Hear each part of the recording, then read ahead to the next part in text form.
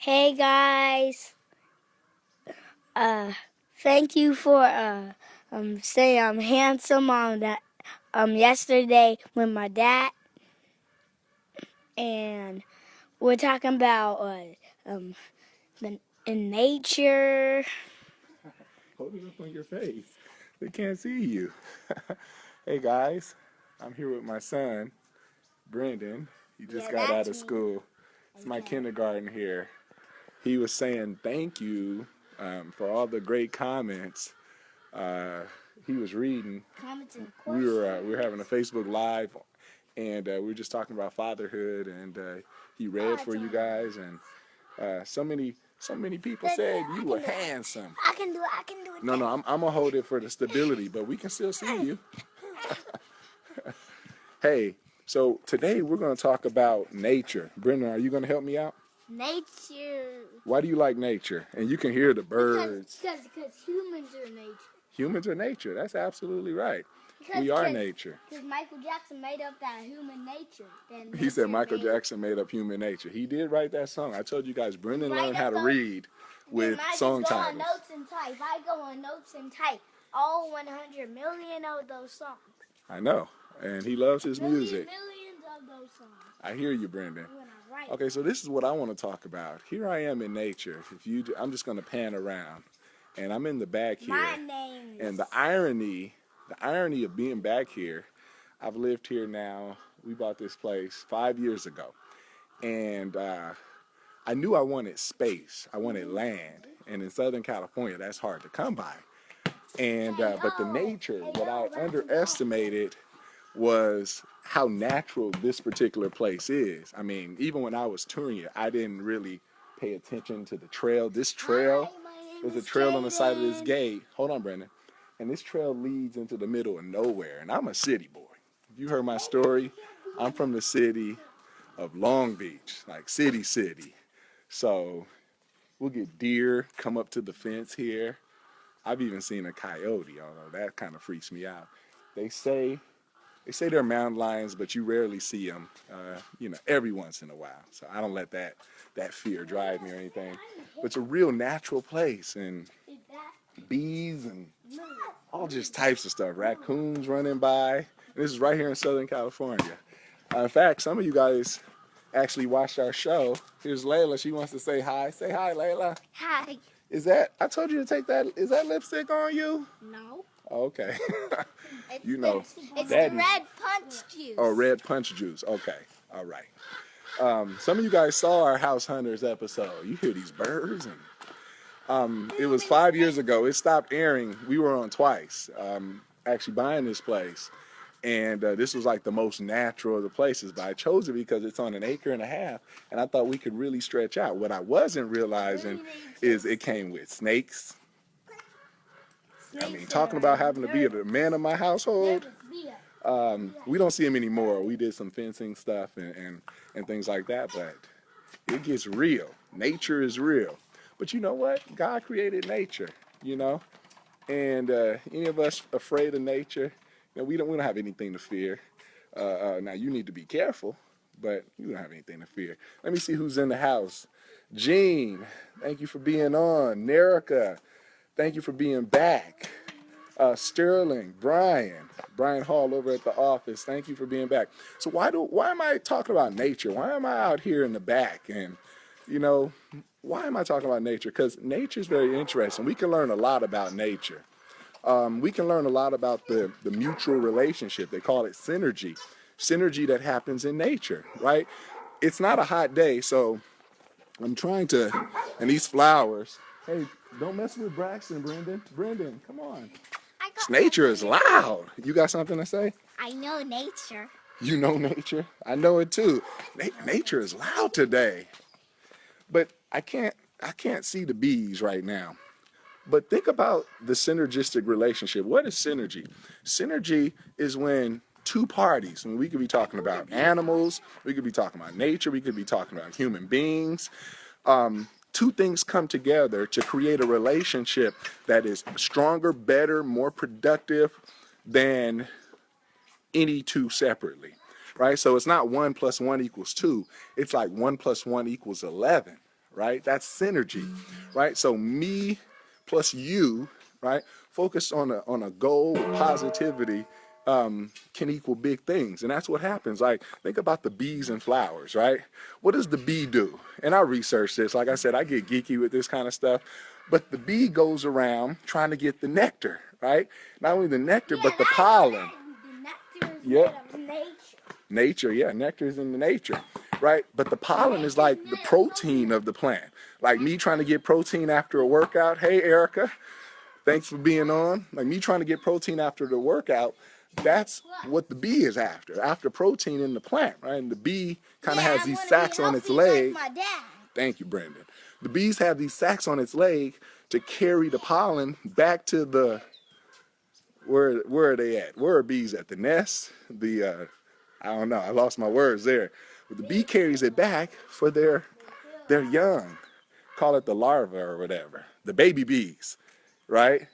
And meanwhile, so that's what the bee gets out of the relationship, right? So the bee gets the pollen, the bee gets the nectar, right? But meanwhile, by accident, the bee can help the flower because it's taking the pollen from flower to flower. So the male plants, and this is how we kind of teach kids the beginnings of, you know, the whole sexual reproduction thing. That's where we get the birds and the bees. Well, this is the bee part of it.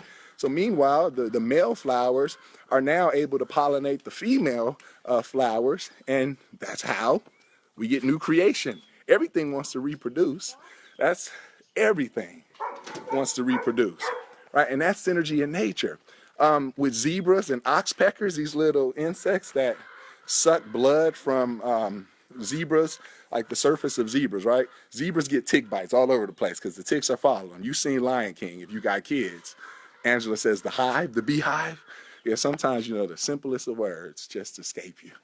But the oxpecker is like this insect. It feeds off of the zebra, right?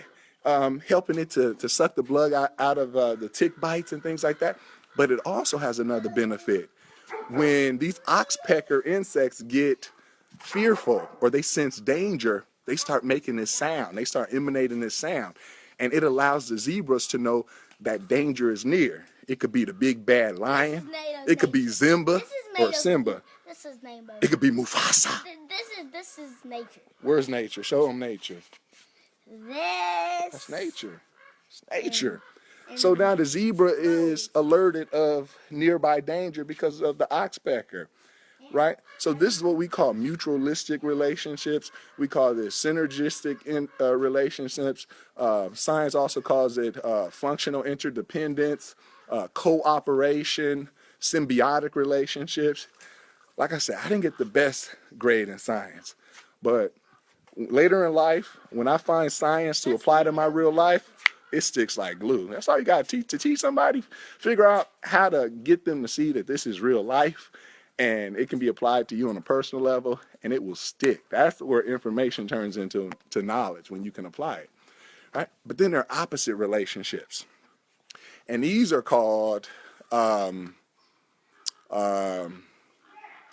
are they called? Parasitic. Parasitic in science, at least. I know what I want to say. Pookie. But parasitic relationships, and these are relationships where two objects or humans or things in nature get together and one benefits off the back of the other, right? Without bringing something to the situation. It's parasitic. Parasites, right? And that's why we don't like them, right? And also, I wrote this one down, exploitation. That happens in nature as well. That happens in real life. Exploitation. No one ever wants to be exploited. So that's the opposite. So I want to focus on synergy. And how do we bring this to real life?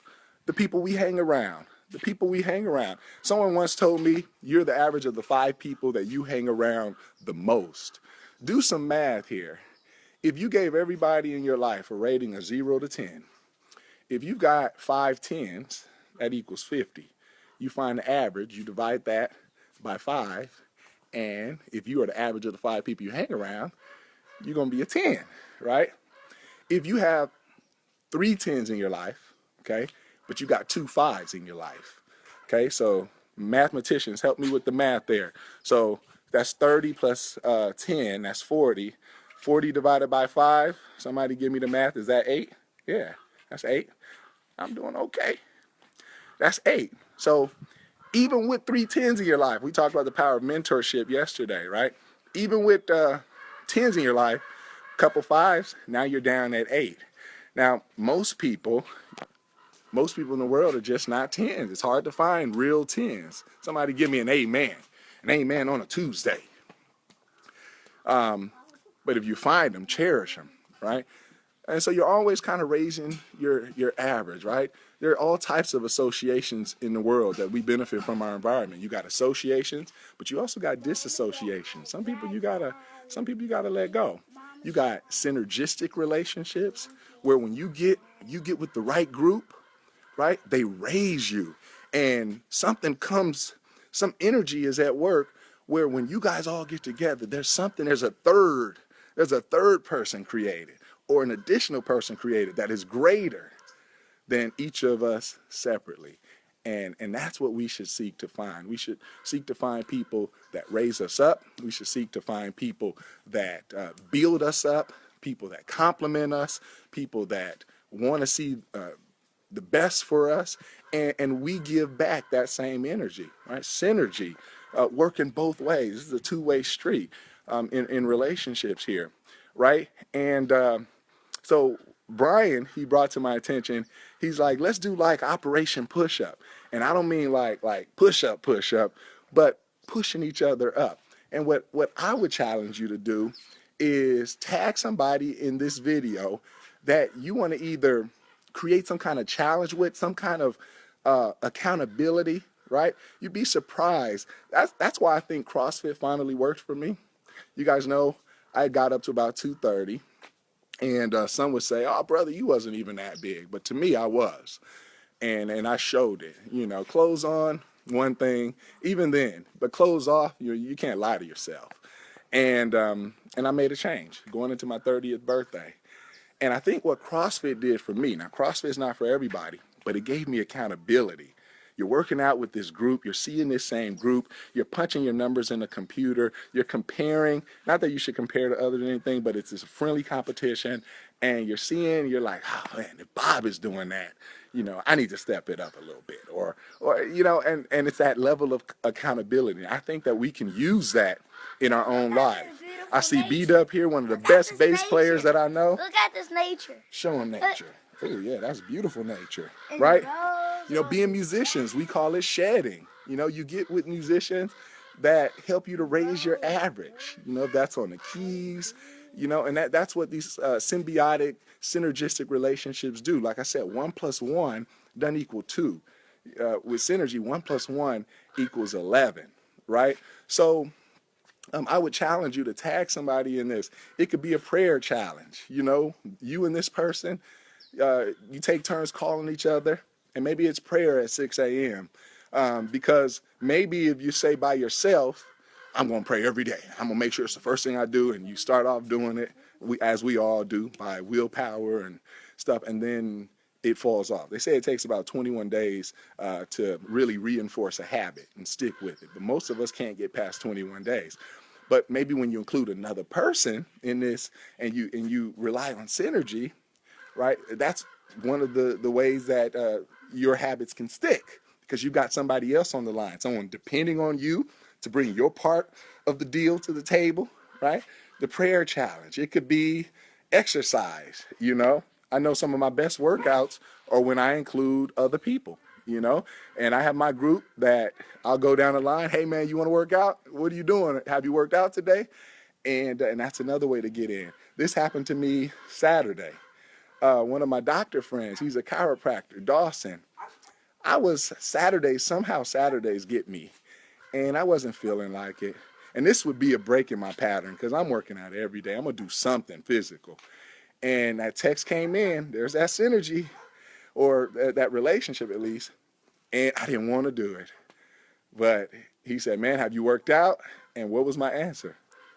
I either had to ignore it. When we ignore, that's always an answer. But I don't want to be that guy. I don't want to ignore when I know I'm in the wrong.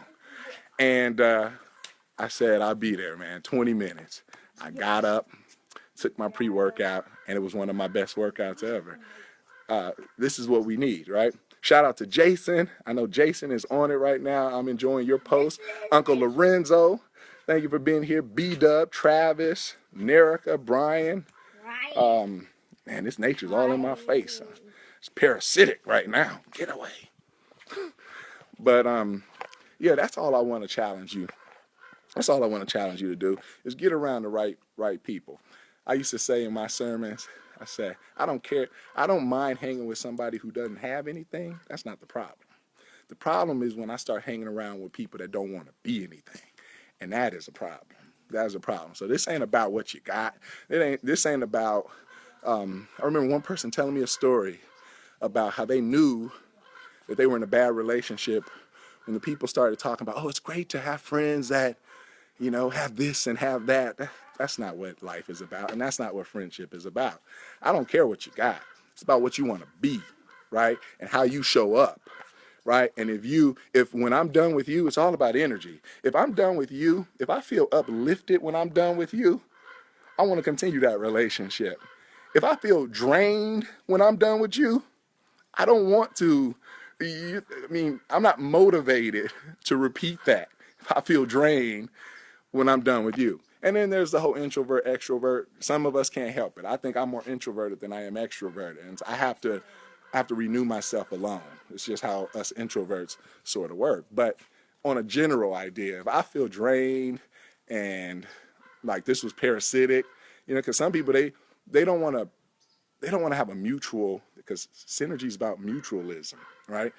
Some people, they just want to talk all night and they want you to just listen. And there's times for that when you need to be there as an ear. But when that's happening every time, that's not a mutualistic relationship. It's not a relationship where iron sharpens iron. So sometimes we gotta do inventory check. We gotta do inventory check in our life and figure out what products need to be on our shelves and what products need to be discontinued. Can I get an amen? All right, so synergy. Is that nature? Yep. And lastly, if you read the book Think and Grow Rich, Napoleon Hill, whole couple chapters on the mastermind. Figure out how to create your own mastermind. Now, there's certain coaches out there that you can buy your way into a mastermind program, and everybody's paying the same amount. So it's, you know, you'll find people at a certain level. That's one thing. And different strokes for different folks. If you can afford that, you can find yourself hanging with other people that are of the same, let's say, level you are on a professional side of things. But like I said, that's not everything. But then, trying to reconnect, I lost you. But I'm saying within your own group, your own inner circle, find out, you know, a common time to meet up. If you can't meet monthly, meet quarterly. If you can meet weekly, meet weekly. Book clubs. Yeah, you know, back to the whole challenge, prayer challenge. It could be a workout challenge. It could be a book challenge. Pick a book. I've given a number of suggestions in my live calls. Pick a book, read a chapter, you know, however you guys decide. Get on the phone, talk about it, or meet up, talk about it, you know. But figure out how to mastermind. Iron truly sharpens iron. I believe that. And a mastermind, that accountability can be one of the best things added to your life ever. Trust me. I have a group that every time, you know, I get with them, I'm thankful and grateful for being a part. I talked about my mentor, Corey Rudel. That was one of the benefits of being connected with Corey. He put me in his mastermind. Corey charged at that time $25,000. You know, he had a company, he had a firm, he taught people, but his highest level was where 10 people would get together and they have to pay, but not me. I found favor and he was my mentor, and like I said, I spoke for them. You can watch that video. And there I was. And these were people crushing the game, killing it. And I was able to really benefit from the power of a mastermind. And I continue that practice till this day. Who's your mastermind? Who's your inner circle? Who's your average? You know, who needs to stay? Who needs to go? Take inventory and remember how nature works. How nature works. What you see out here in real nature is what works here in real life and here in the inner. Inner mimics outer. Outer mimics inner. That's how God did it. He did everything the same. What you see in the physical, you can find the symbology of how it works in the inner, on the inside. How it works here on earth, you can find the relationship to how it works in space. I'm not trying to get deep here. But this is what this nature kind of taught me, right? And I wanted to pass it on to you. So I'm getting out of here. Let me see who else is in the house. Kevin Madison, always good to connect with you, brother. And I owe you. I'm coming out to Vegas, so I'm gonna definitely be in contact with you, and I know we can connect offline. Uncle Lorenzo says, "Love it, nephew. Thank you for getting on the Facebook Live. When you're in the Long Beach area, let's work out with your cousins." Lorenzo Jr. is about as tall as you now. I believe it. Star. I know he's shooting those J's. Man, has he grown fast. In fact, when I told the Hear and Play story yesterday, I used to shop. You guys had the clothing store. I used to shop Lorenzo. Cousin Lorenzo was like 6 months. So as I date my company, he's right in line with it, if not born in the same quarter. So I'm glad we're still here, but being able to chart his growth as well is like parallel to when I got started. I remember those days vividly. Travis, thank you for joining me. And I'll see you guys. So remember, synergy in nature, synergy in life. I'll see you next time.